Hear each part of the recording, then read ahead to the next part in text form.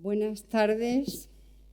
Dentro del tercer ciclo Arqueología Española en el Exterior, que tiene lugar en nuestros museos, nos es especialmente grato presentar a estos dos maestros y amigos que nos informarán sobre la arqueología del atún en la Sicilia greco-helenística y romana y, en concreto, sobre las Quetariae de Portopalo, ciudad al sur de la isla de Sicilia y abierta al mar Mediterráneo. Ese mar que quieren y conocen bien nuestros maestros de esta tarde. Ellos han estudiado y saben de las numerosas civilizaciones que a través de este espacio común se unieron para siempre con iguales ideologías, creencias religiosas, mitos, arte y tecnologías. Las riquezas que tenía y tiene el Mare Nostrum son objetivos en la práctica arqueológica de nuestros dos amigos. Es un honor, de verdad, un gran honor, tenerlos esta tarde en esta casa, que es su casa. Darío Bernal Casasola es doctor por la Universidad Autónoma de Madrid, fue becario de investigación predoctoral del Ministerio de Educación y Ciencia y becario postdoctoral de la Comunidad de Madrid. A partir de 1998 fue profesor asociado de Arqueología en la Universidad de Cádiz y más tarde profesor titular de esta ciencia en la misma universidad.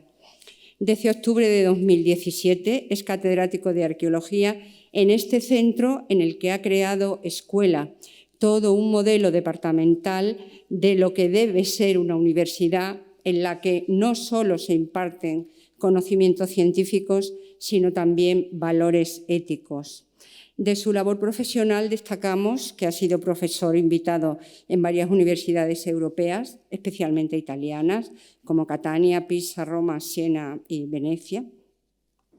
Ha dirigido una veintena de proyectos de investigación y contratos I+D+I y de actividades arqueológicas en las ciudades hispano-romanas de Baelo Claudia, Iulia Traducta, Gades y su territorium y Septemfratres.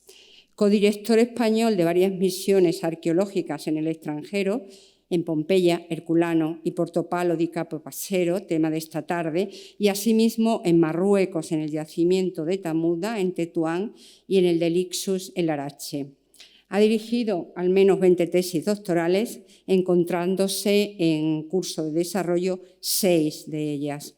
Ha publicado muchísimo, más de 30 monografías y unos 500 estudios sobre ánforas, contextos cerámicos y la importancia de la cultura material para las temáticas de arqueología marítima y arqueología de la producción, tanto en Andalucía como en la antigua Tingitana, el denominado Círculo del Estrecho. Ha sido secretario del Departamento de Historia, Geografía y Filosofía de la Universidad de Cádiz, secretario académico y coordinador del programa de doctorado de Historia y Arqueología Marítimas de la Escuela Doctoral EIDEMAR y coordinador general de CEIMAR, es decir, del Campus de Excelencia Internacional del Mar. De sus múltiples actividades, múltiples millonarias actividades, destacamos que fue presidente de la Sociedad Española para el Estudio de la Cerámica Antigua en Hispania y es miembro de diversas asociaciones nacionales e internacionales, además de miembro correspondiente del Instituto de Estudios Ceutíes y del Instituto de Estudios Campos Gibraltareños, y también correspondiente de la Real Academia de la Historia en Cádiz y de la Real Academia de San Romualdo de San Fernando.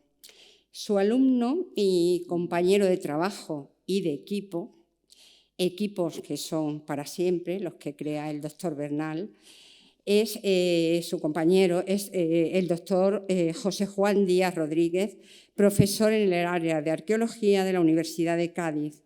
Comenzó a trabajar como arqueólogo profesional y realizó una veintena de direcciones arqueológicas. En la universidad ha desempeñado varios cargos, siendo en la actualidad y desde 2018 coordinador del área de arqueología. Su docencia es muy amplia. Como profesor, coordinador y como tutor ha impartido clases en licenciaturas, grados y numerosos másters. Ha sido profesor de Erasmus en universidades de Roma, Lisboa, Catania y en Marruecos, en Rabat. Entre los muchos yacimientos estudiados por el doctor Díaz Rodríguez, La ciudad romana de Bailo Claudia es bien conocida por él, ya que fue docente dentro de los cursos internacionales de arqueología clásica en este emblemático lugar. Ha sido investigador principal del proyecto Arqueología del Atún en el sureste de Sicilia, financiado por el Ministerio de Cultura y Deporte, así como de SACEIMAR y Arts Analytics, financiados por el Campus de Excelencia CEIMAR y Arqueodrome del Campus de Excelencia CEI Patrimonio. Actualmente es uno de los investigadores principales del proyecto Arqueofis, que depende de la Junta de Andalucía y ha formado parte como investigador en más de 40 proyectos internacionales y nacionales. Tiene casi 200 publicaciones, libros, artículos, capítulos y actas de congresos. Es codirector de la colección de monografías Arqueología Prehistoria y Arqueología Marítimas de la editorial Universidad de Cádiz. Sus líneas de investigación se dirigen principalmente a la cerámica de época romana y a la industria haliéutica. Disfrutó de un contrato como investigador en Catania y durante 24 meses permaneció en la Universidad Abdelmalek Es-Saidi de Tetuán, Marruecos. Es miembro de la Comisión Local de Patrimonio de los Ayuntamientos de San Fernando y Tarifa. Ha comisariado exposiciones sobre patrimonio arqueológico y ha obtenido varios premios. De su grupo de investigación actual llamado El Círculo del Estrecho, estudio arqueológico y arqueométrico de las sociedades de la prehistoria a la antigüedad tardía, esperamos muchas aportaciones y muchas novedades en beneficio de la ciencia.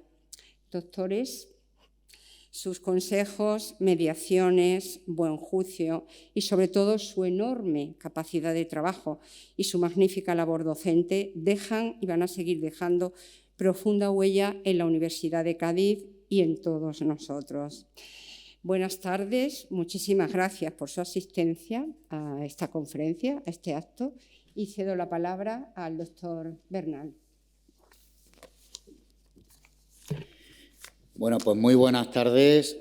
Lo primero es agradecer al Museo Arqueológico Nacional pues que haya invitado a unos profesores de la Universidad de Cádiz a estar con ustedes esta tarde en una conferencia que a lo que aspira es a animarles a viajar a Sicilia, que para aquellos que no conozcan la isla, pues este es uno de los lugares más maravillosos que hay en el Mediterráneo. Un lugar en el cual, como verán, a lo largo de esta charla, pues hemos tenido la posibilidad de estar varios años trabajando allí, en un proyecto de investigación de nuestra universidad y de otras instituciones, y que nos ha enriquecido desde el punto de vista científico, desde el punto de vista docente y desde el punto de vista personal. También queríamos agradecer las palabras de Ángeles Castellano, conservadora del Museo Arqueológico Nacional, porque esta profesión, la arqueología, como todas las profesiones que generan un contacto muy directo, donde tú vives con las personas, donde pasas mucho tiempo con ellas, en el campo, en el museo, en los laboratorios, pues es una profesión de las grandes amistades, como es el caso, también de las grandes enemistades. Cuando te llevas mal, te llevas fatal porque conoces muy bien a las personas y pronto.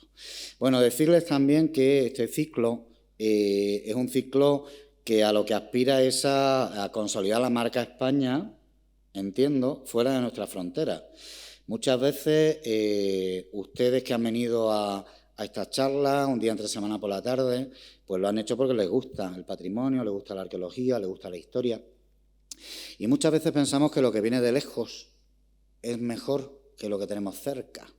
O al menos esto a mí me lo enseñaron en el colegio y luego en la universidad.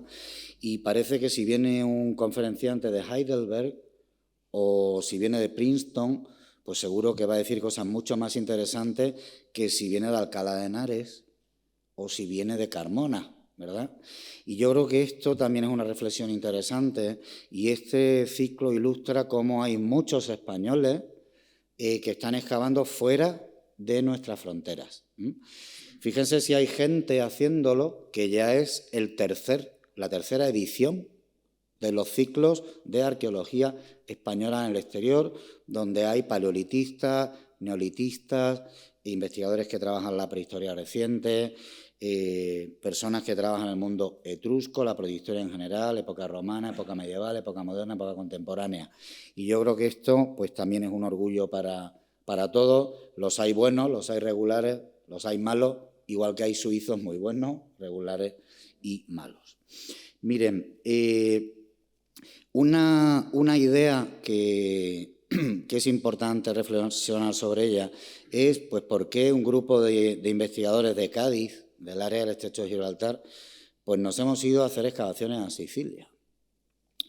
Esto hay que reflexionarlo desde el punto de vista, que es lo que tiene la imagen, de las migraciones gaméticas que hacen los atunes, que ustedes recordarán que entran todos los años del Atlántico, donde hace mucho frío, y recuerden cuando vamos a playas de Galicia o de Portugal, al Mediterráneo buscando temperaturas más altas para poder desovar, para poder reproducirse. Eso que tienen en los mapas de su izquierda, pues son esas dianas, esos dardos, esos sensores que los biólogos les ponen a los atunes para ver qué rutas hacen. Y fíjense cómo entran por el Estrecho de Gibraltar, fíjense cómo muchos se ponen a dar vueltas en las islas centrales del Mediterráneo y solo una parte llega hasta el Estrecho de los Dardanelos y el Bósforo para penetrar en el Mar Negro, y algunos se quedan en la costa sur de Turquía. ¿Por qué les decimos esto? Pues les decimos esto porque nuestro grupo de investigación, ustedes saben que las universidades todos estamos muy especializados para intentar ser competitivos. Pues uno, en el periodo al que se ocupa, en nuestro caso época romana, pues tiene que buscar un tema de investigación, y nosotros nos dedicamos a la explotación, al estudio de la explotación de recursos del mar en la antigüedad.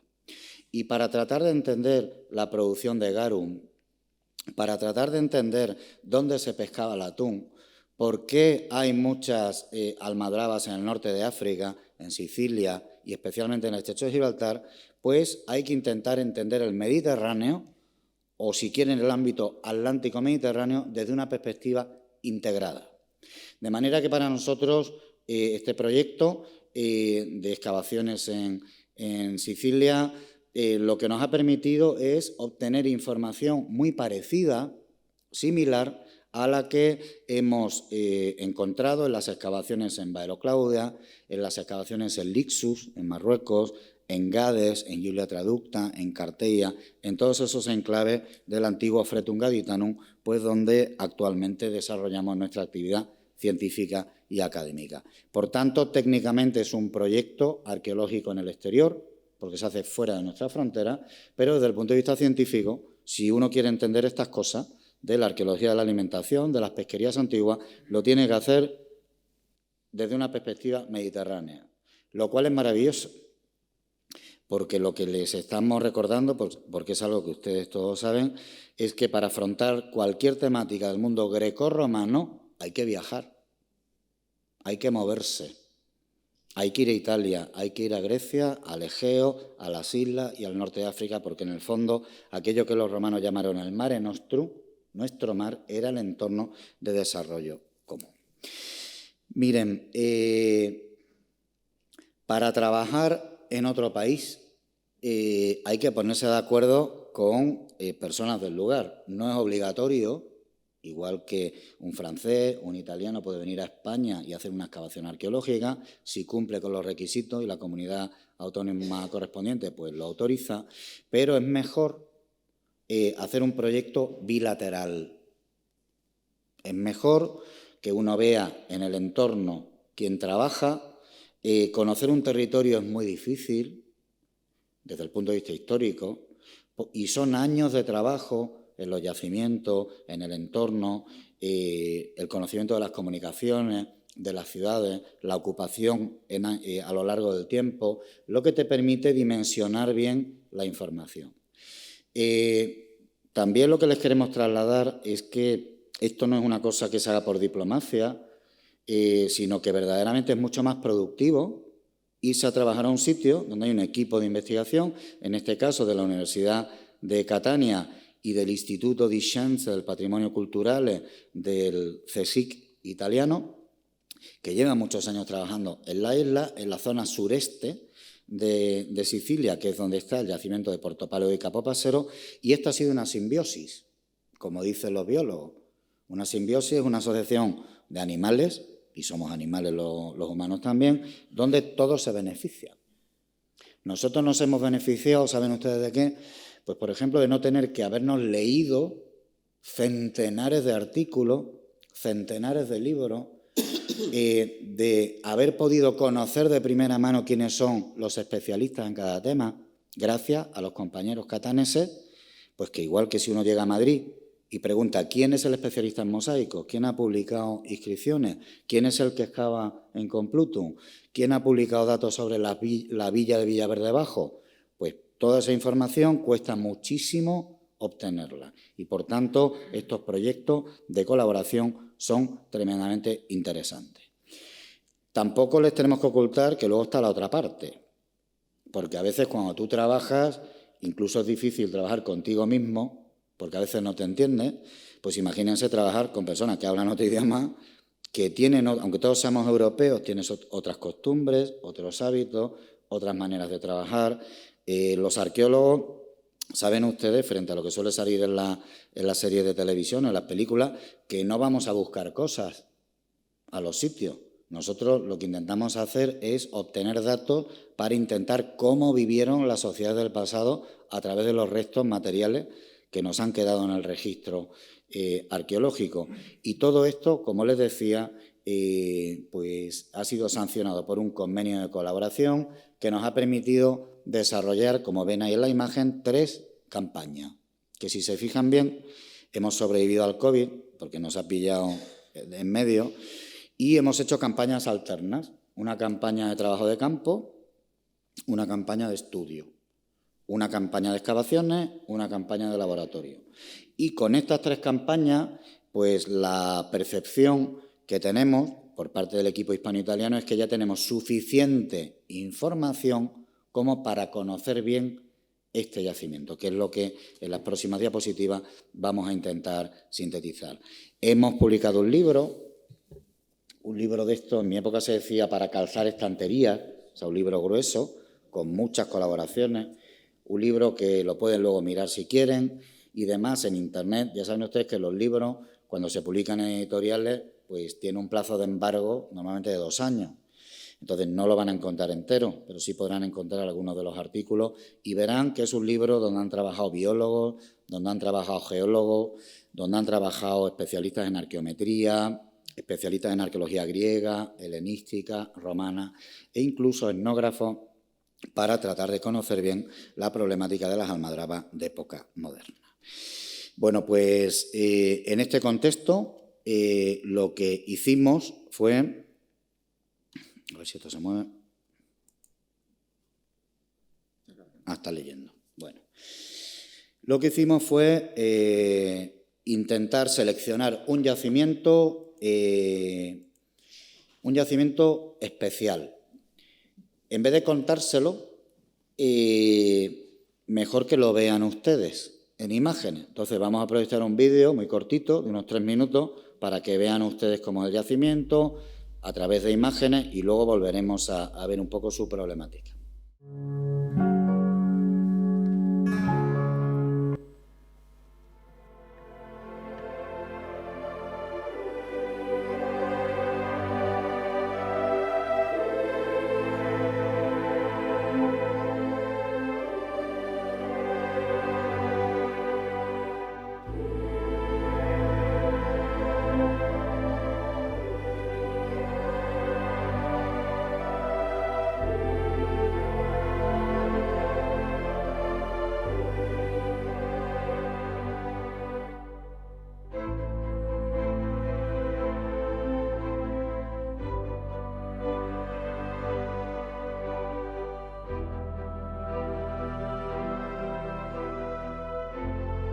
Questa area di Portopalo di Capo Passero sono probabilmente le più antiche officine di salagioni di tutto il Mediterraneo.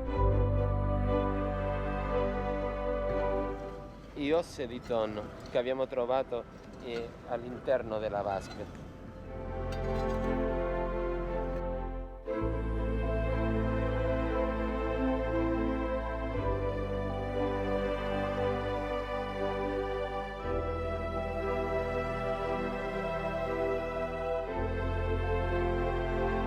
abbiamo una piccola coppetta, probabilmente utilizzate appunto per il consumo di cibi, di liquidi probabilmente, no?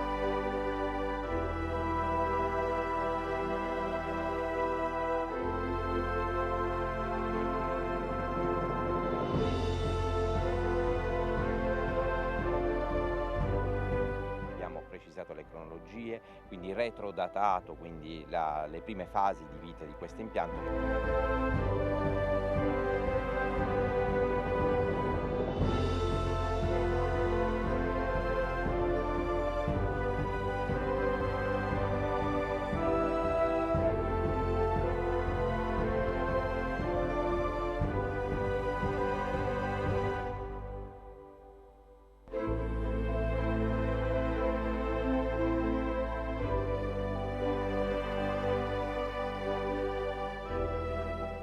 Son contextos de época griega a los cuales les estamos incluyendo pues todo lo que sería una serie de baterías analíticas propias de la arqueología del siglo XXI.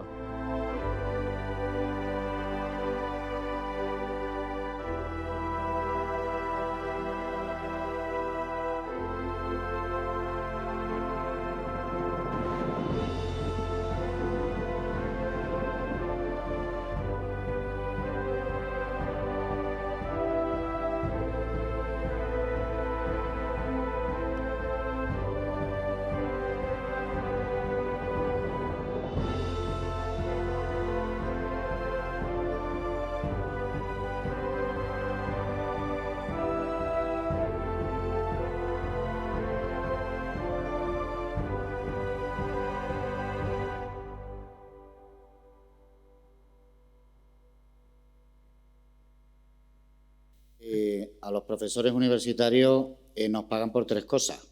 No siempre se hace, pero teóricamente nuestro sueldo, una parte es la formación, dar clases, o no solo dar clases y hacer otras cosas. La investigación es la otra parte importante y la tercera es la transferencia de conocimiento. O sea, intentar que aquello que investigamos pues llegue a la sociedad, porque todos los proyectos de investigación de todas esas instituciones que ven ustedes ahí abajo, pues al final se financian con fondos públicos y, por tanto, todo lo que se hace está destinado a evitar la fosilización del conocimiento y a la mejora de la sociedad a través de un conocimiento más detallado de las sociedades que nos antecedieron en el tiempo.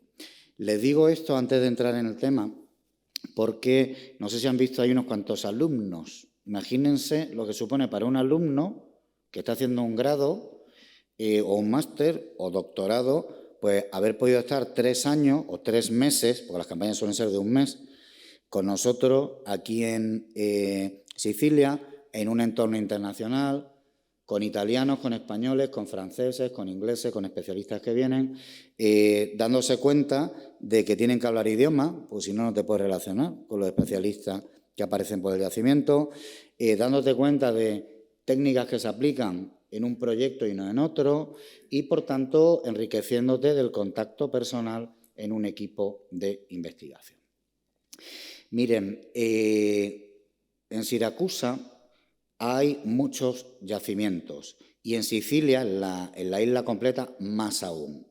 Cuando tuvimos que seleccionar el lugar para excavar, lo primero que hicimos con el profesor José Juan Díaz y con otros compañeros, pues hicimos un viaje después de habernos leído esos libros que tienen ahí y muchas más cosas, donde nos hicimos un estadillo de los yacimientos que se habían publicado, de aquellos que parecían más importantes, de aquellos que parecían más relevantes en relación a aquello que queríamos estudiar, que era el origen de la industria pesquero-conservera, y nos fuimos a verlos, porque los sitios, igual que las personas, hay que conocerlas.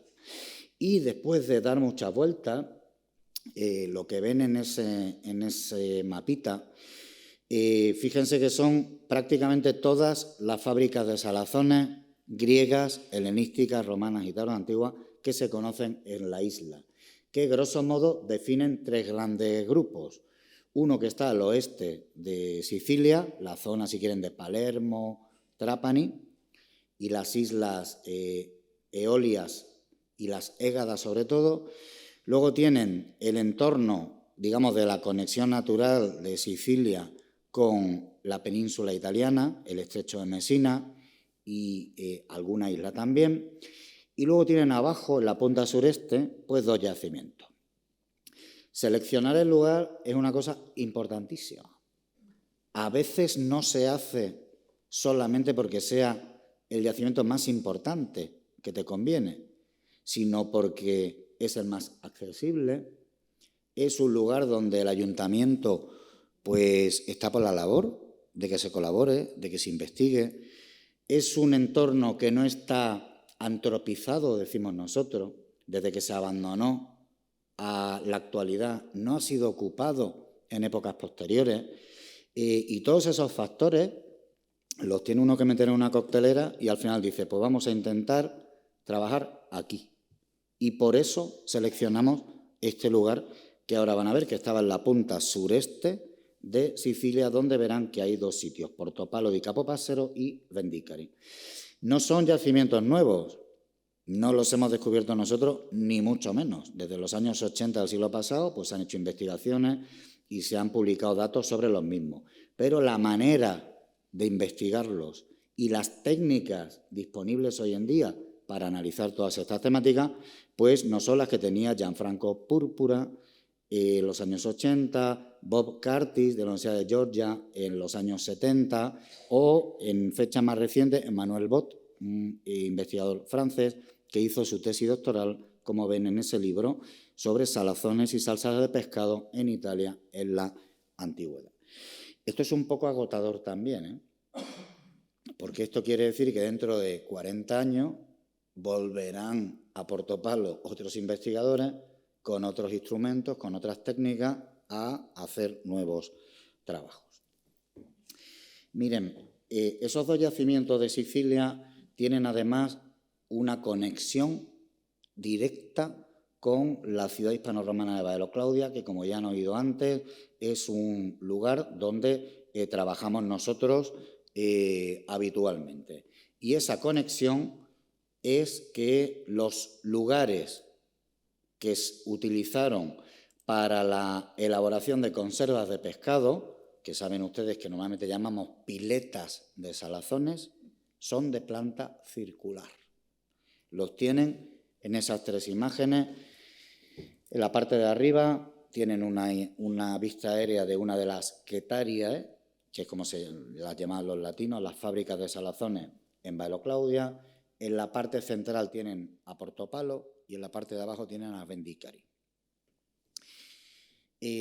Antes de empezar los trabajos en este lugar, pues lo primero que nos preguntaban es por qué habían decidido solamente en estos 3 yacimientos de todo el Mediterráneo, donde hay aproximadamente unas 300 fábricas de salazón conocidas, construir piletas de planta circular. Sobre esto no nos podemos extender tampoco mucho tiempo, pero detrás de ello suele haber intentos de carácter tecnológico por mejorar la producción alimenticia en estos asentamientos. Mire, la producción de salazones de pescado se conoce bien y la conocemos bien por lo que nos dicen las fuentes clásicas y porque hoy en día pueden ustedes ir al mercado y comprar bacalao en salazón, que seguro que todos lo consumen con mayor o menor regularidad. Pone uno los tacos de bacalao en agua para que se desalen y luego los consume, los cocina y los consume. Por tanto, entender la problemática de la conservación del pescado en la antigüedad es muy fácil. Otra cosa diferente son las salsas fermentadas de pescado, que es lo que tradicionalmente englobamos dentro del epíteto de garum. Esto nos cuesta un poquito más entenderlo porque en el mercado actualmente en Europa no existen estos productos y por tanto normalmente no los hemos consumido y no forman parte de nuestra dieta.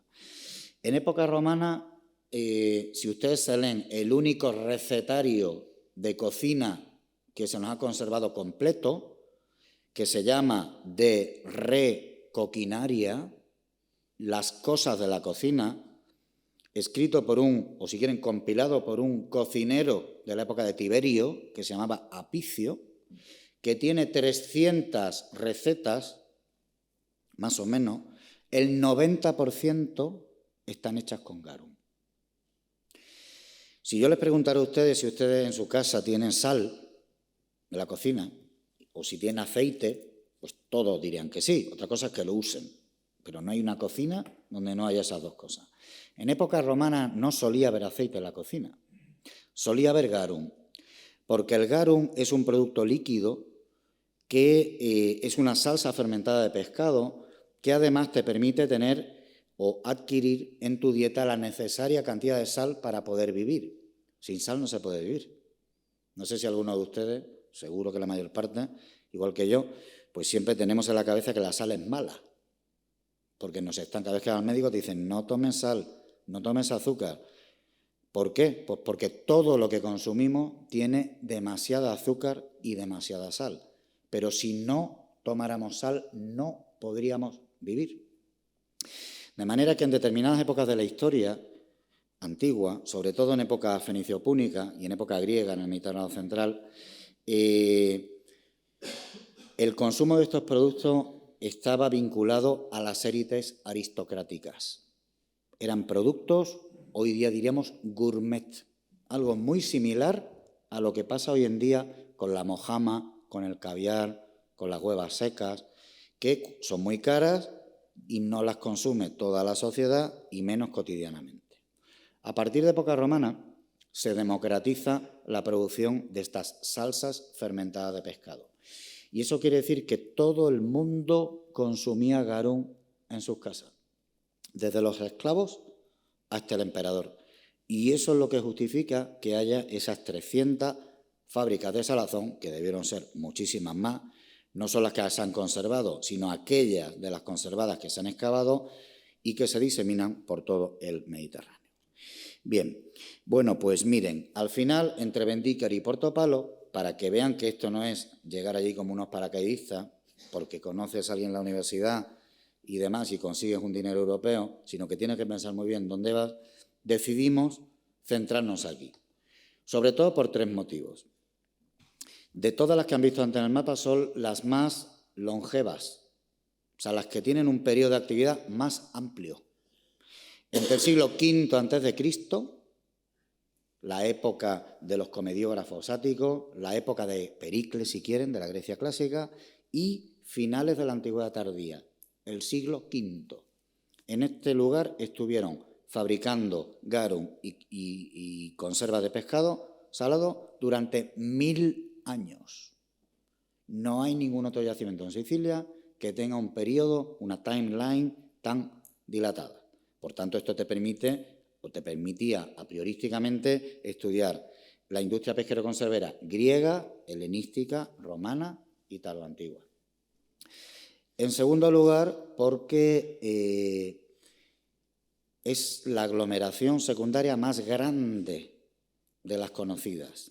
Esto no fue una ciudad nunca, no fue Siracusa, no fue Agrigento, no fue Taormina, no fue ninguna de las grandes ciudades griegas y luego romanas. Fue una aglomeración secundaria, fue un lugar probablemente muy pequeñito al principio, donde, visto que se pescaba bien, pues cada vez había más población estable, esto fue creciendo y después de 200 o 300 años llegó a tener 7 hectáreas. 70.000 metros cuadrados, es decir, un lugar bastante grande.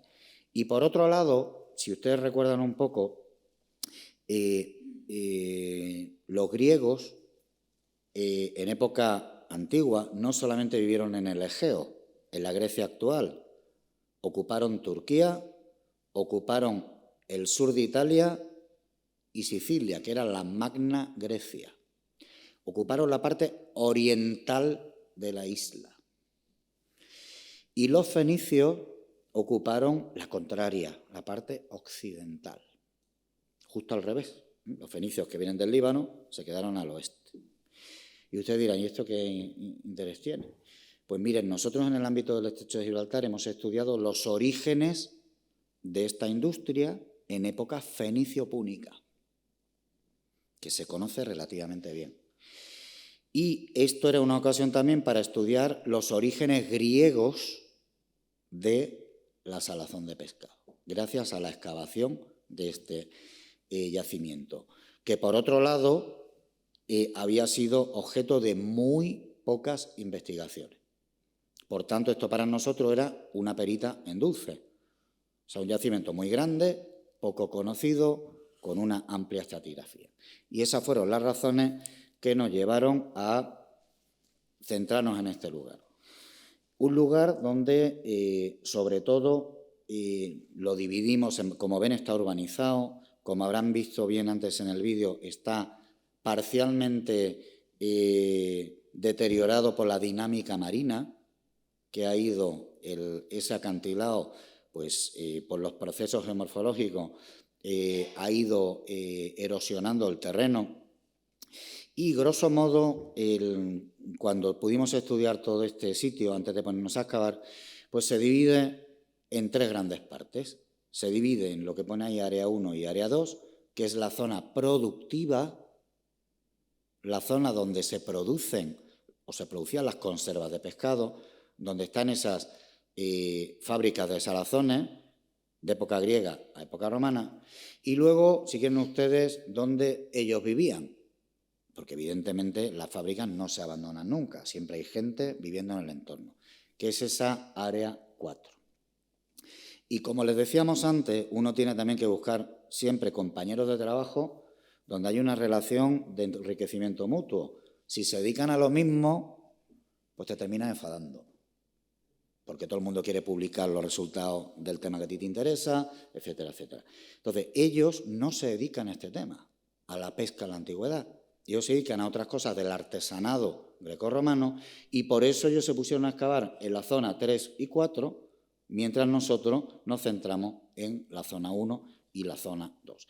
Esto que también les parecerá algo banal, pues no lo es, porque al final tienes que convivir, al final hay que decidir qué publicaciones se hacen, y todas estas cosas, si uno se preocupa desde el principio por hacerlas, pues los resultados a medio plazo son mucho mejores.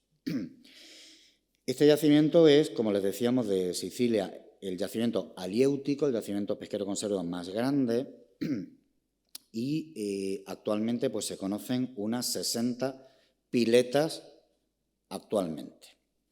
Miren, nosotros, como ven ahí resumido, pues hemos excavado menos de 20.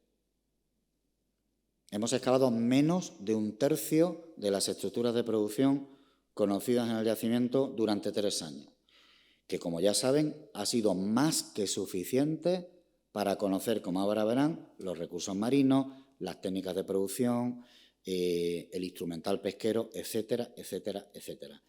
Y hay que intentar dejar en reserva cosas para el futuro, para que dentro de 50 años lleguen nuestros sucesores y no se encuentren el yacimiento vacío, sin nada.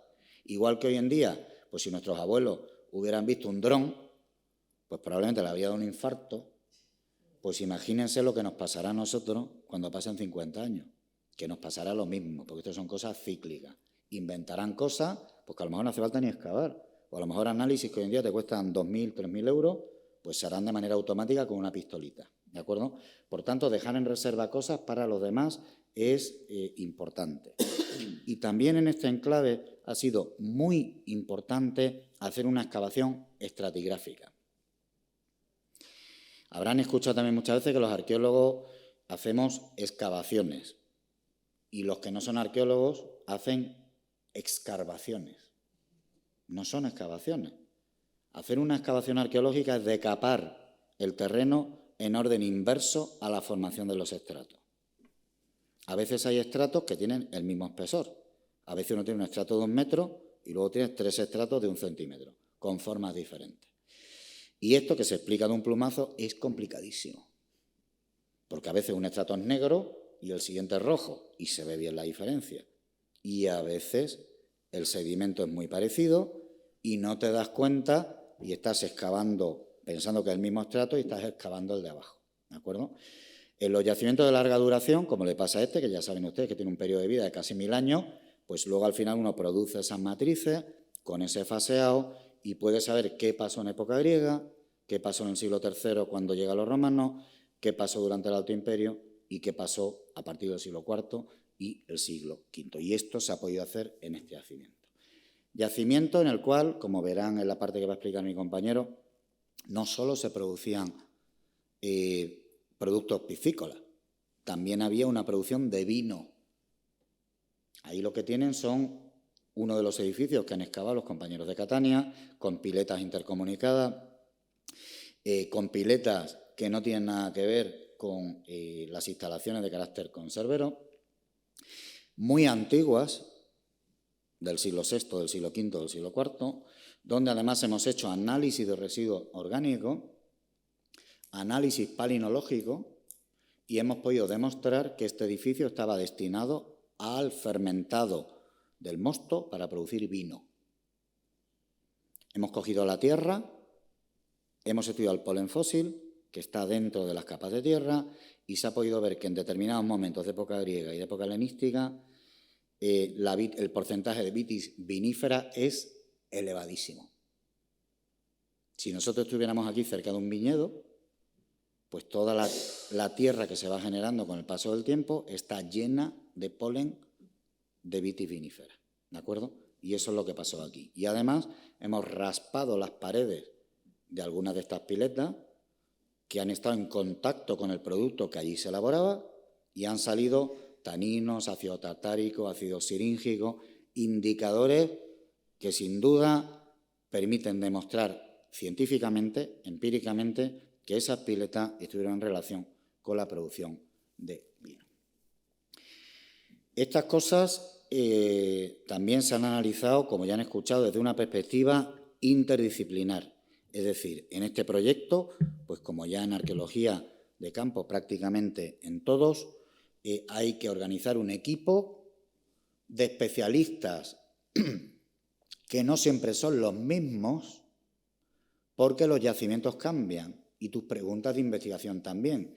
Y no es que tú tengas un arqueozoólogo en tu equipo y como está en tu equipo te lo tienes que llevar siempre a las excavaciones. Dependiendo de lo que vayas buscando, pues tendrás que llevarte a tu gente o invitar a otros especialistas. Piensen ustedes que aquí sobre todo íbamos buscando el conocimiento de los recursos del mar. Entonces aquí ha habido un esfuerzo importantísimo desde el punto de vista arqueozoológico. Poder clasificar los peces, poder clasificar los bivalvos marinos, los gasterópodos marinos, los moluscos en general, si quieren ustedes, los demás recursos, ha sido una tarea importantísima. Pero también han trabajado, como ven ahí, desde especialistas en ADN, geoarqueólogos. No sé si se han fijado, si van alguna vez a este lugar de vacaciones, que se lo aconsejamos, porque además es un parque natural, verán que el icono del pueblo actual, del Comune di Porto Palo, es la isla. Es una islita que está frente al yacimiento, que en época romana no era una isla. Estaba unida al continente. Y eso se ha podido demostrar porque se han hecho sondeos, que es lo que tienen ahí sintetizado en ese gráfico de la parte central superior, y donde geoarqueólogos han estudiado la geomorfología del terreno a lo largo del tiempo. Imagínense que nosotros queremos plantear dónde estaba el puerto en Porto Palo, en época griega, y no sabemos que la isla actual no existía en época griega, que estaba soldada al continente. Por tanto, son cosas importantísimas. Y con esto ya nos vamos aproximando a la segunda parte, ya me queda a mí muy poco por hablar. Decirles también que para interpretar los hallazgos, en este caso de la industria pesquero-conservera, uno tiene que conocer las diferentes fases de lo que se llama la cadena operativa aliéutica. Es decir, qué hacían los dueños de estos enclaves para poder vender garum y salsamenta en los mercados. Son 5 fases muy sencillas. La primera, ¿qué pescaban? La determinación de los recursos marinos. Como ven ahí, desde cañahillas, sardinas, boquerones, atunes y hasta ballenas. Entonces tú tienes que intentar responder a esa pregunta. La segunda es cómo lo pescaban. ¿Era una pesca recreativa? ¿Era una pesca artesanal? ¿Era una pesca, entre comillas, industrial, con grandes almadrabas que te hacían falta 80 o 100 personas para poder calar una red para pescar a los atunes? Que saben ustedes que son animales que pueden llegar a nadar hasta 90 kilómetros de velocidad en determinados momentos. Imagínense un atún de 100 kilos, de 200 kilos, que se encuentra en una red, se echa para atrás y la enfila y la parte. Por eso las almadrabas siempre son varias líneas de red, una tras otra. Esos son ingenios que requieren la implicación de muchísimo capital y de muchísimas personas. Y eso normalmente están detrás los grandes propietarios, las élites urbanas o las propias ciudades que invierten en ese tipo de aparejos de pesca. La tercera fase, una vez que tienes el pescado, es cómo lo procesas. Y esa es la fase de las fábricas de salazones de las cuales tenemos más evidencia. Y la cuarta y la quinta, que si se fijan está en la parte comercial, antes era qué se produce, pues ahora es cómo se comercia. Las ánforas, las latas de conserva de la antigüedad, que como son de cerámica se conservan estupendamente. Las latas las ánforas es como para nosotros hoy en día el plástico. Que hagas lo que hagas es casi indestructible, que es lo que le pasa a la cerámica. No hay ningún yacimiento arqueológico a partir del Neolítico donde no haya cerámica. Para el medio ambiente no es bueno, para los arqueólogos es maravilloso, porque puedes datar los yacimientos y puedes obtener muchos datos gracias al estudio de esas ánforas. Y luego el consumo, porque todo esto no tenía ningún otro objetivo que poder llegar a los mercados, llegar a las mesas, que se comprara, que se vendiera y que generara negocio. Miren esto, que también parece una cosa un poco pueril, ¿verdad? Un poco infantil.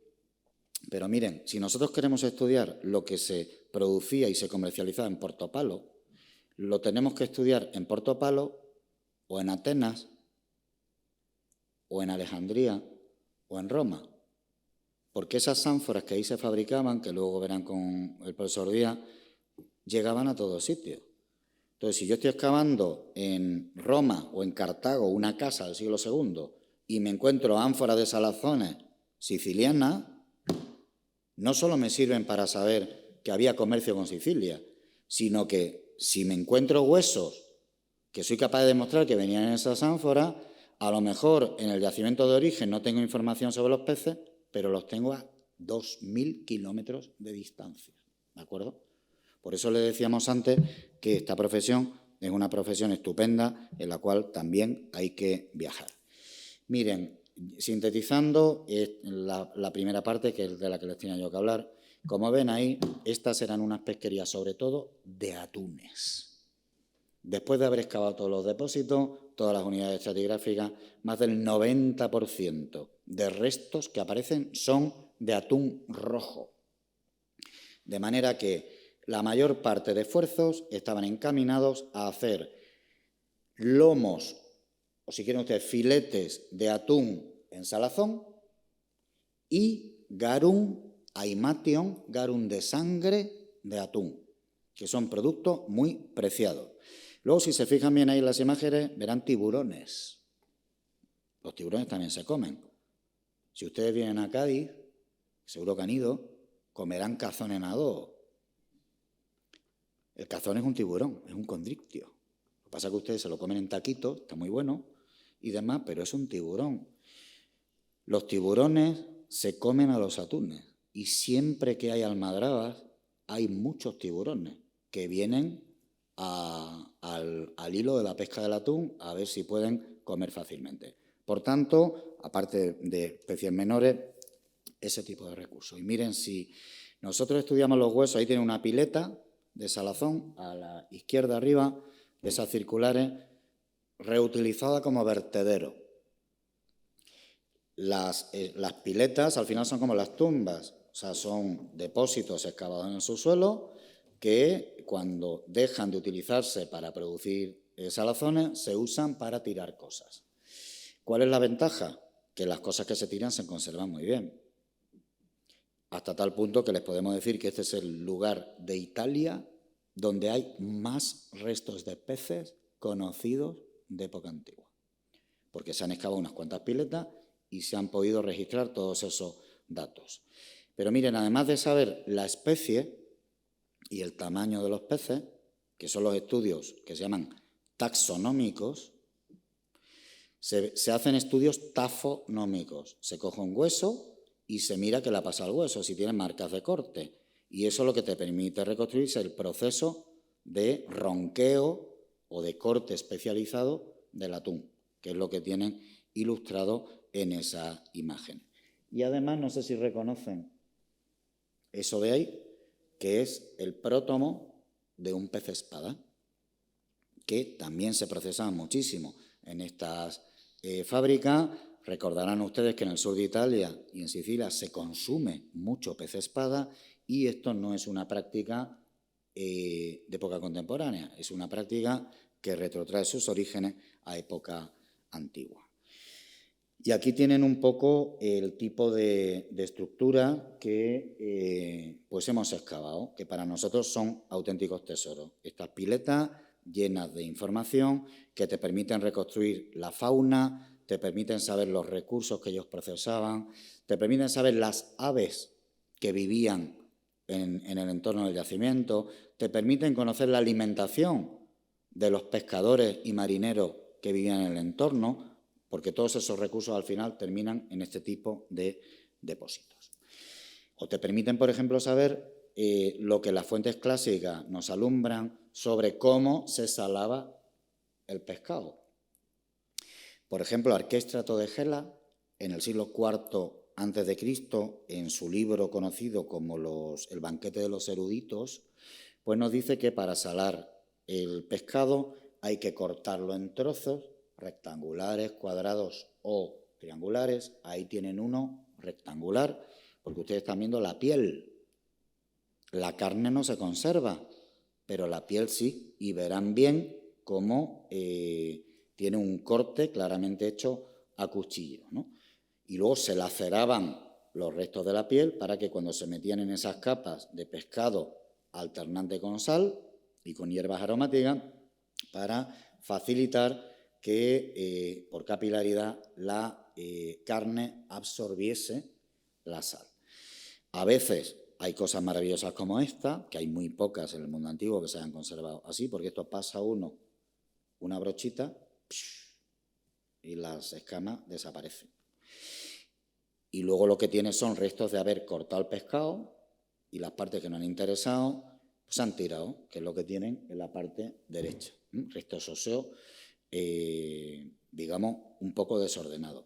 Piensen ustedes que hoy en día el gran problema que tienen los pescadores y los almadraberos es que no les dejan pescar suficiente, porque saben ustedes que las cuotas de captura del atún están normalizadas y están divididas por países para evitar una sobrepesca. En la antigüedad el problema no era pescar, en la antigüedad el problema era tener la suficiente cantidad de sal para salar el pescado inmediatamente.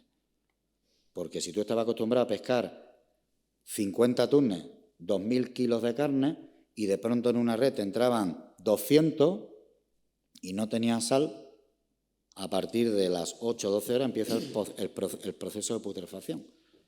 Y por tanto esa carne la tenías que regalar o tirarla. Bien, y también, como les decía, se estudian los moluscos marinos, todo lo que se pescaba se utilizaba para aderezar la salsa, los erizos, los crustáceos, etcétera, etcétera, como también han demostrado los restos aparecidos en las excavaciones. La segunda fase es la de la determinación de las técnicas de pesca, a través del hallazgo sobre todo de pesas de red, como las que tiene aquí, del siglo IV a.C., son muy antiguas, digamos, son poco desarrolladas técnicamente. En época romana sí tienen ustedes otros tipos de pesas de red de plomo que sí te permiten aproximarte al tipo de arte. Por ejemplo, esas que tienen aquí abajo, que son láminas de plomo dobladas, normalmente son para redes de lino, redes de mano, que nosotros llamamos hoy en día atarrayas o esparabeles, que habrán visto ustedes en muchos reportajes, que son esas redes que desde la costa o cuando tú te metes en el agua de un pequeño barco, haces así y las tiras para pescar. Y lo que tienen ahí la parte izquierda abajo es una aguja grande con unos extremos ahorquillados, que eso se usa para embobinar la fibra y para coser redes. Para coser redes o para remendar las redes. Por tanto, se han ido encontrando restos del instrumental pesquero. Una cosa es el instrumental y otra cosa son las técnicas de pesca, ¿eh? Y esto es una confusión muy habitual que cuando uno se empieza a encontrar este tipo de cosas, se encuentra anzuelos y está donde ustedes quieran, está pues en la propia Baelo Claudia, se pone a mirar cuáles son las artes de pesca tradicionales que hemos tenido aquí hasta la mecanización de los años 80, pues esas son las que se usaron en época antigua y no tiene por qué. Porque con el tránsito de personas ha habido siempre una gran transferencia tecnológica. Y cuando llegaban a los puertos pescadores y cuando en otros lugares se hacían o se utilizaban otro tipo de técnicas, eso también provocaba, digamos, la actualización y demás. Y termino yo, con las fábricas. Ya hemos visto qué se pescaba y cómo se pescaba. Ahora llegas a las fábricas, los edificios en los cuales se salaba el pescado y se hacían esas salsas fermentadas. En este yacimiento no estaban definidos los talleres. Había una amalgama de piletas, a veces, como ven en eso que pone, que tareas 6, pues que se entendían mejor porque estaban rodeadas por unos muros perimetrales y se entendía que era un edificio. Pero fíjense todas las demás, un totum revolutum de cosas. Entonces esto lo hemos tenido que limpiar, hemos tenido que buscar las estructuras asociadas y hemos podido definir que probablemente aquí hubo, en época antigua, al menos en la zona excavada, 6 fábricas, si quieren ustedes, conserveras. Esas fábricas conserveras evolucionan a lo largo del tiempo y no siempre son iguales. Hemos descubierto que no se conocía que las más antiguas son de planta cuadrada, las de época griega, que en época helenística son de planta circular y que a partir de época altoimperial son cuadradas. ¿Por qué? Pues probablemente porque en época helenística pensaron que para agitar esos preparados de pescado antes de filtrarlos, pues la morfología de planta circular y de forma cilíndrica o troncocónica de esos saladeros ayudaba. Y efectivamente, cuando hemos hablado con ingenieros químicos y tecnólogos de los alimentos, con un remo es mucho más fácil mover algo, digamos, que no tiene esquinas. ¿Qué sucede? Que en una fábrica, si ustedes ponen estructuras circulares, pierden mucho espacio, se pierden las esquinas. Entonces, empezaron siendo cuadradas, luego después de 100 y pico años, pasaron a las de planta circular, se dieron cuenta de esto y probablemente de otras cosas, y luego volvieron a las de planta cuadrada. Y además, en cada época hay una técnica constructiva. Esto lo saben ustedes.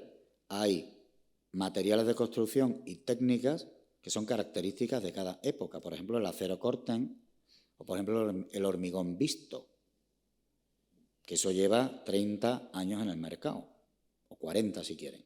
Eso hace 80 años no se hacía. Uno ve un edificio de hormigón visto y lo puede inmediatamente asociar a un momento. Pues a nosotros nos pasa lo mismo. En este yacimiento se ha podido verificar que las piletas de época griega usan una técnica constructiva que se llama millefoglie, como si fuera un hojaldre. Ellos están continuamente reparando las paredes porque no las saben hacer bien. Piensen que estas salsas fermentadas de pescado que tienen enzimas atacan la pared de la argamasa interior de la pileta y la deterioran. Después de cada proceso se limpia y se repella la pared. Por tanto, esa técnica, que lo ven muy bien en la parte de abajo, fíjense que son muchas capas, pues es la característica de época griega. En época helenística usan sobre todo agregados volcánicos. Acuérdense que Sicilia es una isla muy volcánica y también en esta zona del sureste, y utilizan en los pavimentos la técnica constructiva de grasante volcánico. Y en época romana utilizan fragmentos de cerámica. Esto, si uno conoce bien el yacimiento y no tiene otros elementos datantes, pues solo por la técnica constructiva eres capaz de saber en qué momento estás. Y con esto le voy a pasar la palabra a mi compañero para que les explique un ejemplo de una de las fábricas de salazones que se ha excavado para que vean los resultados. Hemos dicho que el yacimiento de Portopalo, pues que tenía 6, al menos conocidas, ¿no? 6 tipos de talleres, de los cuales el grado de conservación es óptimo para nosotros a la hora de determinar pues, el estudio, por ejemplo, de las especies, porque fueron reutilizadas como zonas de vertidos de otras fábricas que estaban en activo y se tiraron esos ronqueos, ese despiece de los huesos para salar la carne, pues lo que no se necesitaba, pues se tiró en estas piletas. ¿Qué es lo que nos falta? Nos faltaría las áreas de trabajo, los niveles de pavimento, cuando por el estado de conservación estos son estructuras que están soterradas y entonces tenemos una profundidad a veces de 1,5 metros, a veces de 40 centímetros y lo normal es que estas piletas estuvieran entre 1,80 metro, 2 metros de altura. Eso provoca que los niveles de suelo, los niveles de pavimento, los niveles de uso, los niveles donde se hacía realmente ese cortado, ese ronqueo del atún, eso no ha aparecido. En todo caso, sí tenemos las piletas de salazón. Y como decíamos, pues hemos trabajado en muchas de ellas, pero nos hemos centrado sobre todo en la campaña de 2023 en el análisis estructural de lo que sería la llamada fábrica de salazón o Cetaria en latín número 1. Y la ponemos aquí, la traemos aquí a colación de ejemplo. Fíjense cómo la arqueología es una arqueología viva, donde vamos interpretando y dando hipótesis y conforme la excavación va evaluándose y va desarrollándose, pues esas hipótesis a veces se confirman o a veces pues hay que transformarlas y no por ello pues tenemos miedo hacia el error, ¿no? Y en este caso, aunque esté girado la fotografía de la izquierda con la fotografía de la derecha, si utilizamos esta imagen de aquí, esta pileta de aquí sería esta V1 y tendríamos esta hilera de piletas sería esta que tenemos aquí. Y esta posible segunda hilera de piletas era esta de aquí. En principio pensamos que teníamos una fábrica en la que había una batería de 2 hiladas de piletas, de 3 piletas cada una. Sin embargo, y después teníamos una pileta más antigua, aislada, que era la V7. La V64, la V5, no se conocían. Entonces, como se veían estos muros para acá, pues pensamos que había una analogía de un sitio a otro, que fue lo que provocó. Cuando desarrollamos la excavación, vemos y observamos que tanto esta zona de aquí como esta zona de aquí, pues no tenían piletas y que la configuración de la fábrica era una batería larga de piletas en clave longitudinal, uniendo las que teníamos conservadas aquí con las del extremo y desconocemos si más allá del acantilado pues en origen pudo continuar, ¿no? Pudo desarrollarse más hacia el mar. En todo caso, lo que sí conocemos es que esta fábrica, y ahora lo veremos, tuvo un periodo de funcionamiento a lo largo del tiempo desde más o menos el siglo VI, siglo V antes de Cristo, hasta lo que sería el siglo I, finales del siglo II, I antes de Cristo. Son muchas generaciones de pescadores lo que provocan que el edificio se vaya reformando. Eso es igual que cuando nosotros adquirimos un piso y las necesidades del mismo piso van haciendo de la familia, pues van haciendo que se vayan cambiando. Pisos de los años 70, a lo mejor de 4 habitaciones, pues después los niños pues se nos hacen adultos y la cocina era más grande, era más pequeña, pues quitamos un cuarto y solo teníamos un cuarto de baño. Oye, pues vamos a hacer una reforma, vamos a quitar tabiques, vamos a poner otros. Pues eso es lo que pasa aquí. Y en ese sentido, en el siglo III, pues se le añade esta otra pileta. E incluso hay que decir que las mismas piletas de una misma fábrica no todas llegan hasta el final. Hay momentos en los que se abandonan algunas y siguen funcionando otras. Eso es una imagen que quizás a nosotros nos cuesta ver, pero es que era muy habitual, o que incluso en algunos cascos históricos de algunos pueblos, etcétera, eso se ha mantenido como una casa, sigue viviendo el usuario y sin embargo la de al lado está cerrada desde hace 30 años.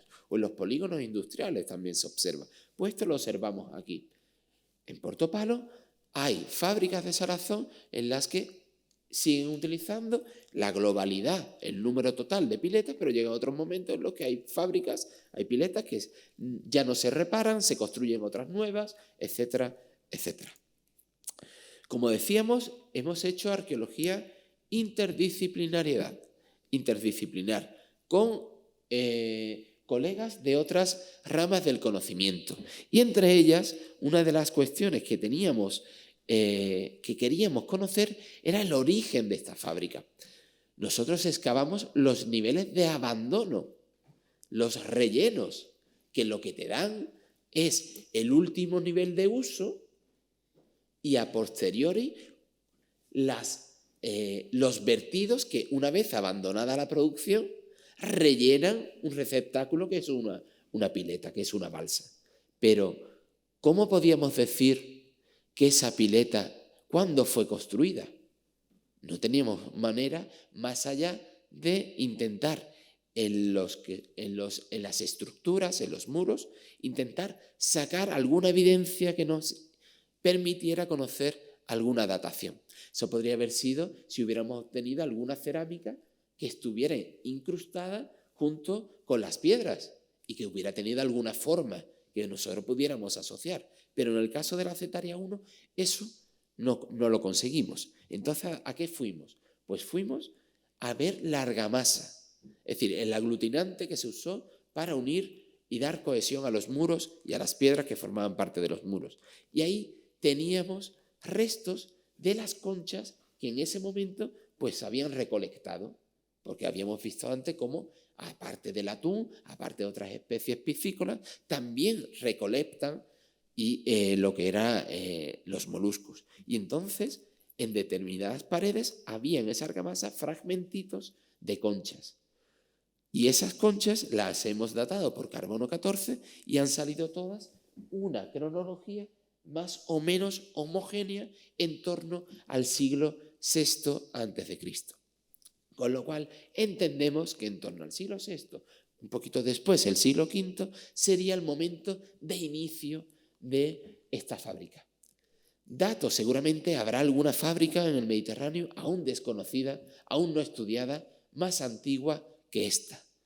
Pero actualmente los datos más antiguos del origen de una pesquería, de una fábrica de salazón en todo el Mediterráneo, lo tenemos aquí en Sicilia, lo tenemos aquí en Portopalo, gracias a estas dataciones, las cuales hemos ampliado en campaña del 2023 con nuevas muestras para certificar que no se trata de un hallazgo aislado de esta pileta, sino que esa construcción en el siglo VI, final del siglo VI, principios del V, pues se desarrolló en toda la fábrica.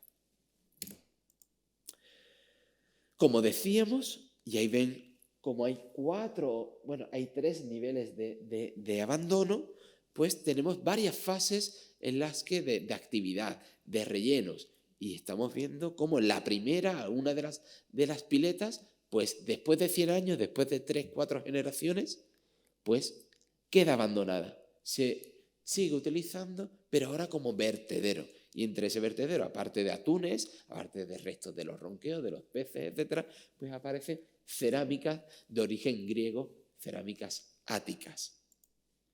Después vemos cómo esa pileta que se había añadido, pues en el siglo III, pues abandona también. Y se abandona con un contexto muy interesante para los arqueólogos, para nosotros, porque en él se mezclan, y después lo veremos, ánforas tanto de tradición púnica como ánforas de tradición griega, estando en un sitio griego. Sicilia es el laboratorio del Mediterráneo. El profesor Bernal lo dijo antes. Hay parte de Sicilia que es ocupada y culturalmente vinculada al mundo griego y otra parte al mundo púnico.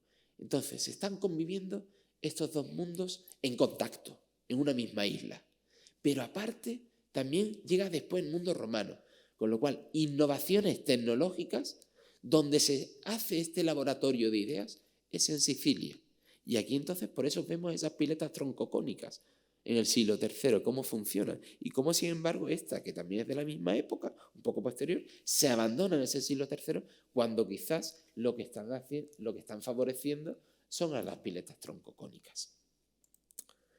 Vemos también cómo en el finales del siglo II, principios del I, pues ya en la cultura material, pues claro, ya hay un cambio histórico y ya vemos cómo las gentes que trabajan aquí están influenciadas en las cosas del quehacer cotidiano por el mundo romano, por el mundo republicano, que ya ha llegado a la comensualidad, es decir, a las mesas de esta gente. Y por eso las cerámicas que nos llegan y que podemos tener aquí ya no son las cerámicas griegas, ya no es que esas que veíamos antes, no.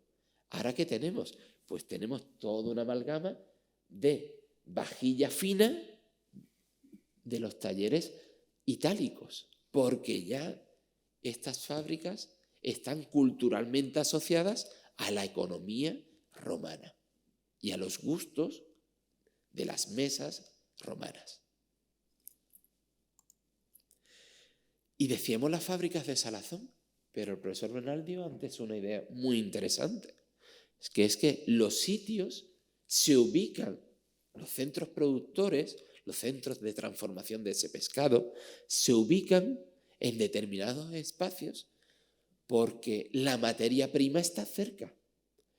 Y es cierto que Portopalo, que lo vemos aquí al fondo, el yacimiento estaría en esta zona de aquí, esta es la isla, es por donde pasarían esos atunes a desovar. Pero no es menos cierto que la ubicación del sitio de la tonara antigua, después también hay una tonara moderna, curiosamente en el mismo sitio, se sitúa cercano a un espacio grande de una salina que le daba el otro ingrediente necesario para hacer tanto esas salsamentas como esas salsas. Y en este caso, el actual pantano de Morguela, que fíjense, ha desaparecido ya la actividad salinera, pero sin embargo, de forma natural, sigue en cierta forma generando sal por las características que tiene el terreno. Pues de aquí se surtirían las cetarias, esas fábricas de salazón de Portopalo, de la sal necesaria para estas salsamentas y salsas de pescado. Una vez que ya terminamos el análisis de los centros de producción, tanto las fábricas de salazón como las salinas, tenemos ya el producto elaborado. Y ese producto elaborado va a comercializarse. ¿Qué es lo que hay que analizar? Pues hay que, en esa faceta de venta y consumo, en esa faceta comercial, los contenedores. Tenemos que analizar los contenedores, las ánforas, ese plástico, ese Teta-Bic de la época. Y en este caso vemos en esas distintas fases cómo las ánforas potencialmente usadas por los portopaleses o paquinenses de la época, pues van evolucionando en función del tiempo y de la cultura. Al principio tenemos unas ánforas de morfología y de tipología griega. Posteriormente entramos dentro de la órbita del mundo romano, con esta, y ya en el mundo alto imperial con esta, y también un guiño al mundo púnico, quizás para introducirse en los mercados comerciales de esta otra cultura. Con lo cual, aquí no solo estamos produciendo para los griegos, sino que también estamos produciendo para el resto del Mediterráneo, usándose ánforas que eran culturalmente, pues en este caso, púnicos. Seguramente si van alguno en la sala quizás sepa japonés o árabe o algún tipo de grafía, de idioma que use una grafía que no sea la habitual nuestra. Y vamos a ese país de origen y queremos una Coca-Cola. La Coca-Cola pone Coca-Cola, pero si vamos a Japón, seguramente lo pondrá con la grafía japonesa. Pero por las características del envase, por los colores, sabemos que el interior, antes de abrirlo, es Coca-Cola. Pues en el mundo romano, cuando llegaba un ánfora de este tipo a un mercado, a un puerto, se sabía perfectamente que eran ánforas que transportaban un tipo de producto y de una determinada localidad. Después estaban las imitaciones, igual que ahora pues vemos camisetas del Real Madrid, del Atlético de Madrid o de cualquier otro, pues en un top manta a otro precio. Había imitaciones, ¿para qué? Para entrar en esos otros mercados. Estas son cuestiones interesantes que ya en la antigüedad existían y que no son, el fenómeno de las imitaciones no son de la actualidad, sino que son de aquella época. En ese sentido, nosotros hemos hecho el análisis de las distintas tipologías de ánforas, de las distintas envases anfóricos.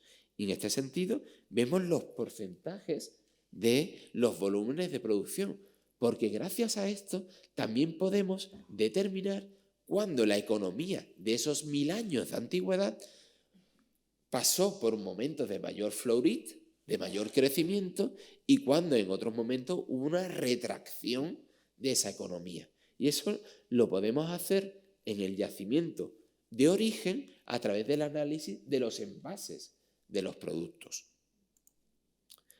Como decíamos, aquí tenemos pues, las ánforas que hemos documentado en Portopalo. ¿Y por qué sabemos que a veces esas ánforas son del propio yacimiento de Portopalo, del entorno de Portopalo?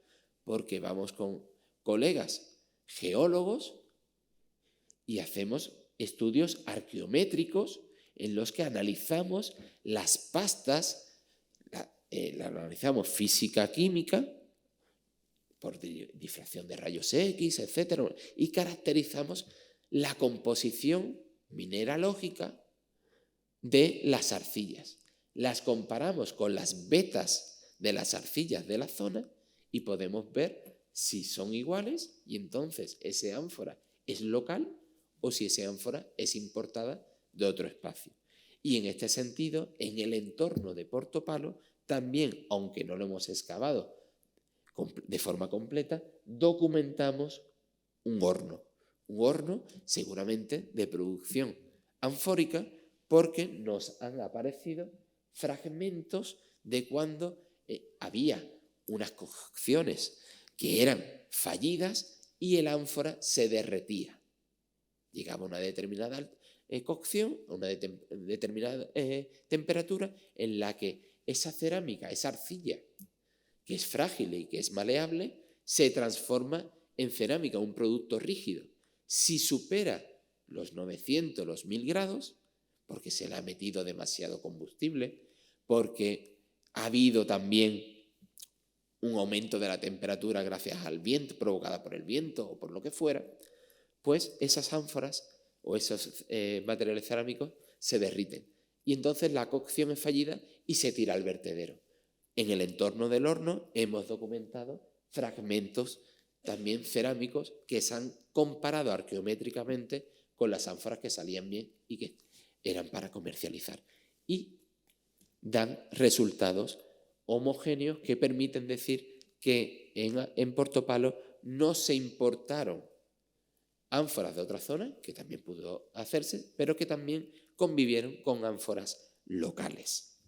En este sentido, también hay que saber, por ejemplo, en este caso, las ánforas de época helenística del siglo III, un caso de estudio. ¿Dónde se envasaron los productos, la salazón o el garum producido allí? ¿En qué ánforas? Pues de ese siglo III, gracias a los contextos que hemos cavado, hemos determinado 3 posibilidades. Ánforas griegas, las magnogriegas. Ánforas grecohelenísticas, es decir, que se hacen en el mundo griego, pero también ya están pues, en lo que sería la península itálica. Y después estas ánforas tubulares que son las de tradición púnica. ¿Y qué estamos haciendo? Analizar el residuo, es decir, el interior, como si tuviéramos un vaso y quedan residuos porque no lo hemos lavado. A los 4 días lo analizamos y ese residuo, esa corona que ha quedado, ¿es de café? ¿Es de cerveza? ¿Es de Fanta naranja? ¿Es de vino? Pues 2000 años después o 2500 años después, a veces tenemos suerte y rascando esas paredes todavía quedan elementos químicos que nos inducen a evidenciar que, por ejemplo, algunos de los resultados han sido positivos y conocemos que ánforas de este tipo fueron usadas para comercializar el vino que se producía en las estructuras que vimos al lado de las fábricas de Salazón. Estamos realizando nuevos análisis, todavía no nos han llegado los resultados de esta última campaña de mayo del 2023, pero estamos seguros de que algunas de estas ánforas, algunas de ellas con sellos de los productores alfareros en caracteres griegos, porque eran griegos, pues seguramente no solo fueron utilizadas para transportar el vino, envasar y transportar y comercializar el vino, sino también las salazones de pescado del sitio, del lugar. Estas son esas mandas griegas, estas son las greco-itálicas o estas son esas ánforas tubulares, de las cuales posteriormente tenemos que ver el consumo. El ánfora de Portopalo, ¿a dónde llegaba? Porque ahora tenemos un estado mundo y nos metemos a golpe de clic en algunos portales de venta de internet y en 3-4 días tenemos productos a saber de dónde vienen y fabricados de dónde vienen. ¿Eso era también en la antigüedad? Pues había redes comerciales, efectivamente había redes comerciales. Y los arqueólogos, cuando hacemos economía, historia de la economía, arqueología de la economía, necesitamos rastrear en yacimientos excavados por otros investigadores para conocer el radio de distribución y el comercio de estos productos que se fabricaban, en este caso en Portopalo, con determinados tipos de ánforas, como veis aquí. Y esto serían las distintas fases de investigación. Pero como decía al principio de la charla, de la conferencia, el profesor Bernal, el universitario, el profesor, el investigador universitario, tiene que ir algo más allá. Trabajamos con fondos públicos y a veces esto es una retórica que decimos, pero a nosotros esa retórica nos gusta cumplirla. Y entonces queremos que se permeabilice nuestro trabajo en la sociedad, que esa sociedad en la que sus impuestos nos está ayudando a la investigación, pues también creamos conciencia social, creamos conocimiento, creamos identidad en los pueblos, eso es muy importante, creamos querencia por la cultura, y eso lo hacemos a través de lo que sería, en este caso, la recuperación y valorización de la economía azul, es decir, de las actividades que el mar, la interacción del mar con el ser humano. Y en este caso, Portopalo di Capo Passero es una zona que tiene una enorme potencialidad en una isla que en esta zona está algo deprimida. Esto es un valor que se puede añadir al valor, al patrimonio natural de la zona. Y es que tenemos etnografía, es que tenemos, como ven aquí en las imágenes iniciales, una tonara, es decir, una fábrica de salazón del siglo XVIII que por el aumento de la temperatura en el Mediterráneo y el alejamiento de los atunes provocó que a partir de los años 50 dejara de funcionar. Pero ahí está toda la artesanía tradicional de la industria salazonera y que se podría perfectamente recuperar y que todavía hay personas viviendo en Portopalo que han trabajado en la tonara, con lo cual el elemento identitario de la zona es clave para recuperar esta memoria y recuperar la identidad pesquera de la ciudad. Por otro lado, hemos visto que el yacimiento arqueológico no sabemos cuánto tiempo puede durar, en el sentido de que ese cambio climático, esos temporales, está afectando y horadando a las distintas estructuras que se conservan en los perfiles. La excavación de los años 80, las planimetrías, la documentación gráfica, hemos visto al analizarla que hay piletas que ya han desaparecido. ¿Qué es lo que hemos hecho con las nuevas tecnologías? Con la aplicación de drones, de escáneres láser, 3D, etcétera. Generar un gemelo digital en el que ese gemelo tenemos una copia digital de lo que se ve en la actualidad. Y si eso lo vamos repitiendo a lo largo del tiempo, podremos ver y evaluar cómo va degradando o cómo se va manteniendo el yacimiento. Es un intento de recuperación y de también, a golpe de clic, poder visitar o poder ver algo, pues a lo mejor estando aquí y no teniendo que ir, o que sirva de iniciativa, ¿no? Que sirva de salsa para ir a visitarlo. En este sentido también somos conocedores o entendemos que el yacimiento debe de mantenerse, y así se lo hemos hecho saber al Comune de Portopalo, al Ayuntamiento de Portopalo. Aquí ven una imagen del inicio de la campaña y después aquí ven cómo nos esforzamos no solo por limpiar la parte donde realmente íbamos a excavar, como es esa margen de la izquierda, esa fotografía de la izquierda, sino también pues todo el yacimiento para que se vea la potencialidad de cómo cambia el visionado de las estructuras. Como decía el profesor Bernal, este proyecto ha servido también para formar alumnos de distintas nacionalidades, trabajar 3 semanas en un ámbito internacional. Y aquí vemos que no solo estábamos investigadores, sino que siempre al equipo nos han añadido gente de alumnos de grado, alumnos doctorandos, alumnos de máster, que han intercambiado experiencias y que esas experiencias laborales no solo servirán para su formación académica, sino también para su formación personal como investigadores o como futuros arqueólogos. Y no se ha quedado ahí, sino que hemos hecho panelería para que el visitante que va a Portopalo pueda conocer cuando nosotros no estamos, tener información accesible y con un lenguaje didáctico a nuestros resultados. Y lo mismo se han hecho campañas con los institutos y colegios de la zona. Hemos hecho visitas guiadas, hemos hecho también actividades con distintos colectivos. Siéntete arqueólogo por un día, y han venido a trabajar con nosotros para que vean que es un trabajo que tiene también pues, un carácter social a la hora de trabajar con ellos. Todo ello ha provocado que, y nos sentimos muy afortunados por ello, que a finales del mes de agosto el Comune de Portopalo lanza unos premios anuales y fuimos galardonados con ese premio nacional más al sur de Túnez, ¿no? Que es, bueno, pues tiene distintas acepciones, y en el apartado de historia y de la colaboración patrimonial, pues fuimos reconocidos. El proyecto nuestro fue reconocido por el Comune, por el Ayuntamiento, ¿no? Por toda la labor que estamos realizando. En este sentido y en ese marco, pues le ofrecimos a lo que era la ciudadanía un trabajo de difusión que hemos realizado y con el que ya terminamos la conferencia, que es esta ilustración científica. Habrán visto en ocasiones, pues cómo estamos con ilustraciones 3D, con trabajos de recreación virtual o recreación pues, a la manera tradicional.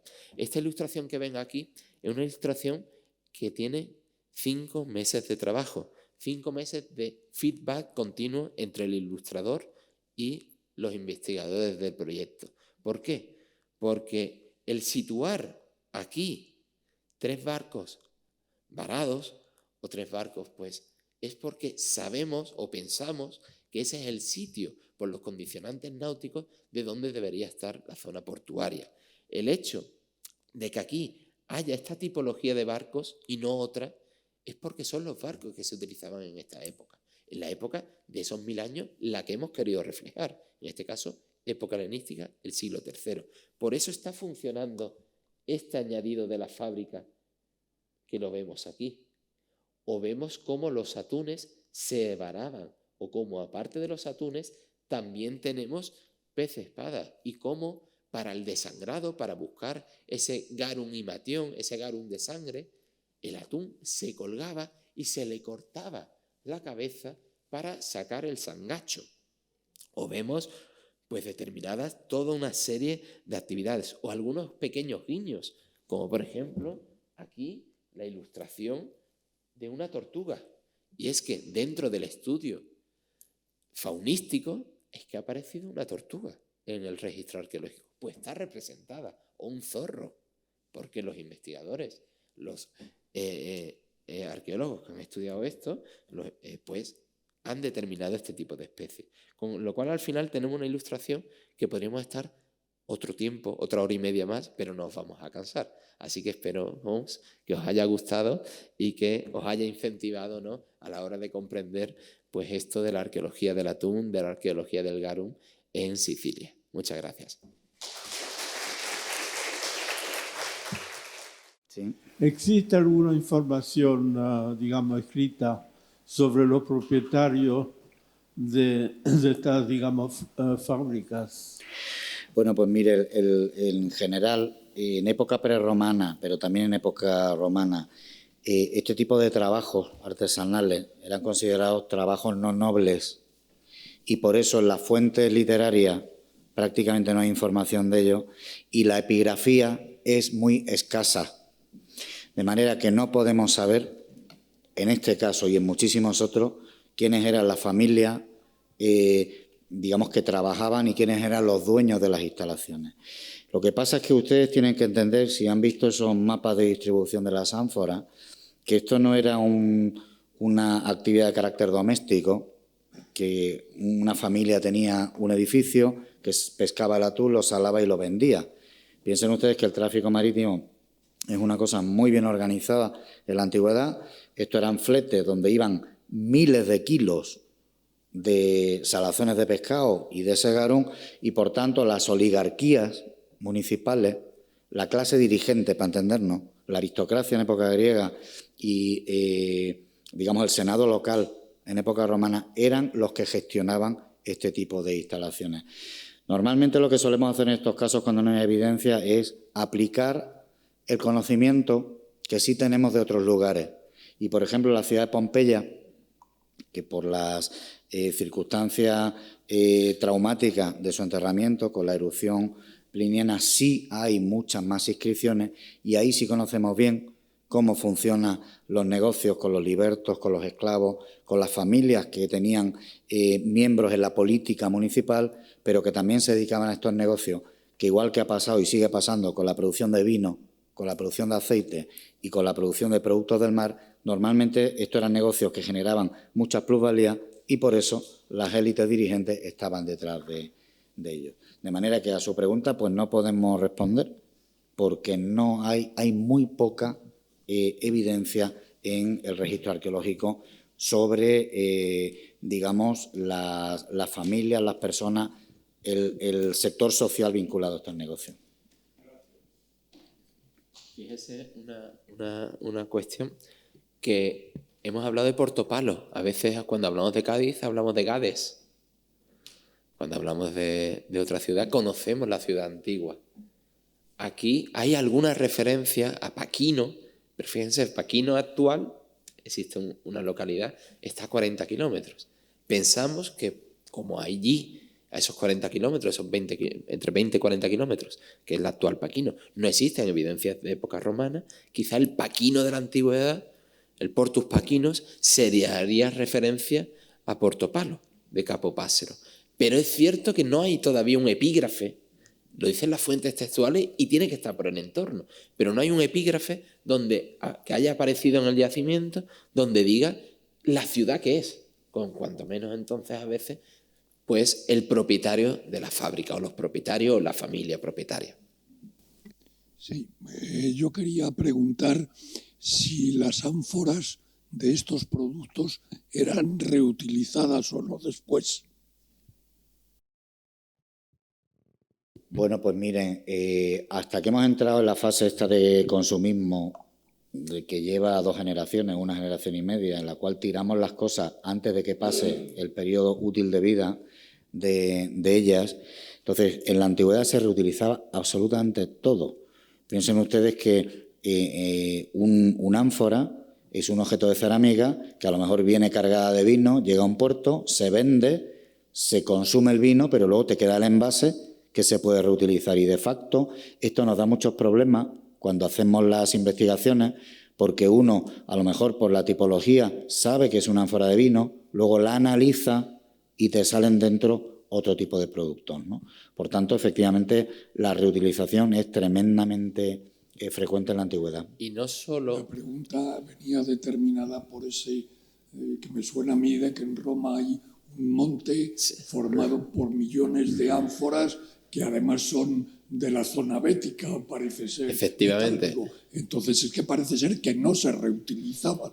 Claro, pero ahí entra en hándicap una cuestión que es importante, que es que nosotros actualmente tenemos fiscalizados, y no es que nos penalicen, sino que pagamos unos impuestos por una serie de alimentos o de productos. Es decir, por ejemplo, pues el alcohol tiene su tasa. En el mundo romano también había ciertos productos que tenían su tasa, su pago al fisco, tenían que pasar por una aduana, y entre ellos estaba el oro líquido, el aceite. Y entonces, del Valle del Guadalquivir, del Valle del Genil, cuando esas almazaras producían, se envasaban y llegaban a los puertos principales de redistribución, pues tenían que pasar por el fisco. Y entre ellos entonces le hacían una serie de marcas. Se comercializaban, llegaban a Roma, y en Roma esa ánfora, que ya estaba fiscalizada y marcada, no servía para otra cosa. Y entonces había que tirarla. De ahí ese monte, que es el monte Testacho, porque está hecho de tiestos, de cerámica. Pero es el dato. Ánforas, hay cuestiones muy bonitas de reutilización de ánforas, no solo para algunos productos, para otros productos, sino también para otros aspectos totalmente diferentes de la vida. ¿No conocen ustedes la aligeración de peso en las cúpulas, en las bóvedas? Pues eso se hacía con ánforas en el mundo romano. Las canalizaciones son de plomo, pero en el mundo rural también hay canalizaciones de ánforas, como manchimbrando unas con otras y cortándole lo que es el pivote, la base, para que así haga un trasiego entre una y otra. Enterramientos con ánforas de niños que se meten dentro de esas ánforas, o como cubierta de una tumba, o, por ejemplo, en el Valle del Ebro, en Zaragoza, para evitar la subida del mar, en Venecia, en la bahía de Cádiz, estructuras portuarias, lo que tienen es una infraestructura, en la bahía de Algeciras también, de rellenos del nivel de uso con ánforas, porque la cerámica al final coge agua y en los momentos de pleamar, de subida del nivel del mar, para no encharcar esas zonas de paso, lo que hace es meten muchas ánforas, meten mucha cerámica y entonces el agua no llega hasta arriba. ¿Fijaron la cantidad de reutilizaciones más allá de la comercialización de un segundo producto que tiene este tipo de cerámicas, de envases? Si no hay más preguntas, agradecerles de nuevo su asistencia y esperamos verle por aquí la próxima semana, el próximo martes. Muchísimas gracias.